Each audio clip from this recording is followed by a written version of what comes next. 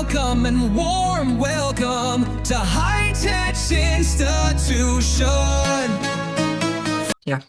Hi, Shri. Hey, hi. Yeah, hi. So we Um, can start the technical part. yeah, Okay. hello. Yeah.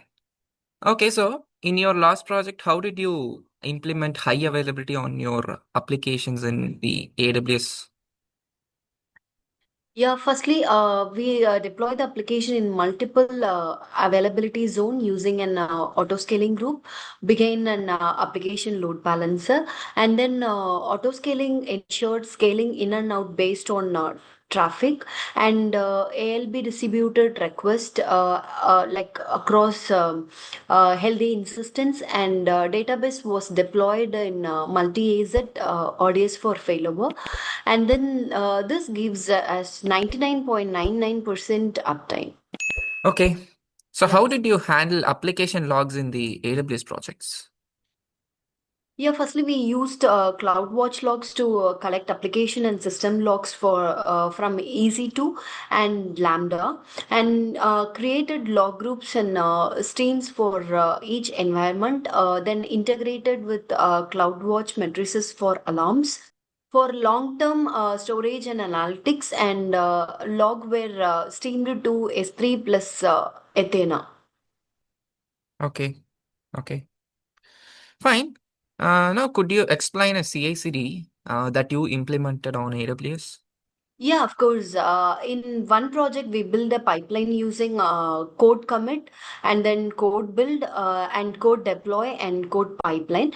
For a containerized app, we used ECR plus ECS with blue and green deployments to ensure zero downtime. Okay. Okay. Okay, so how did you manage sensitive credentials in your AWS projects?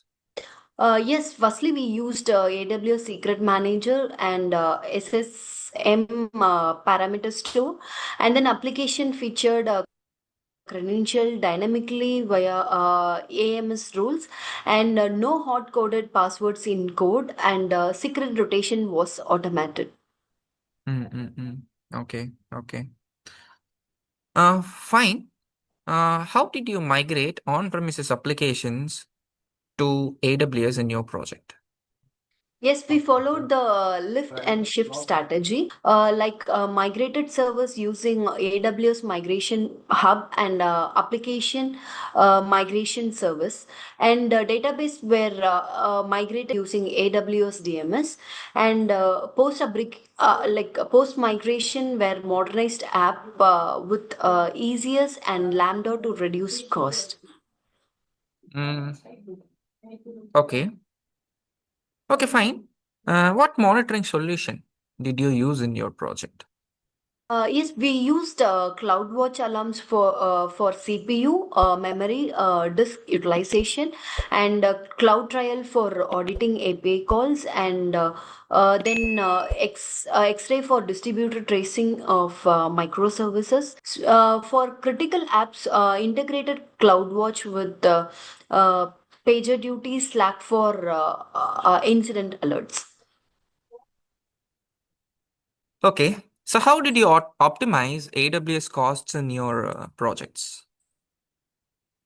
Yes, firstly, we used EC2 spot instance for non-prod workloads, and then scheduled auto stop and start for dev and test instance, and then used S3 lifestyle policies to move like old data to Glacier, and deployed AWS trusted advisor to identify underutilized resources.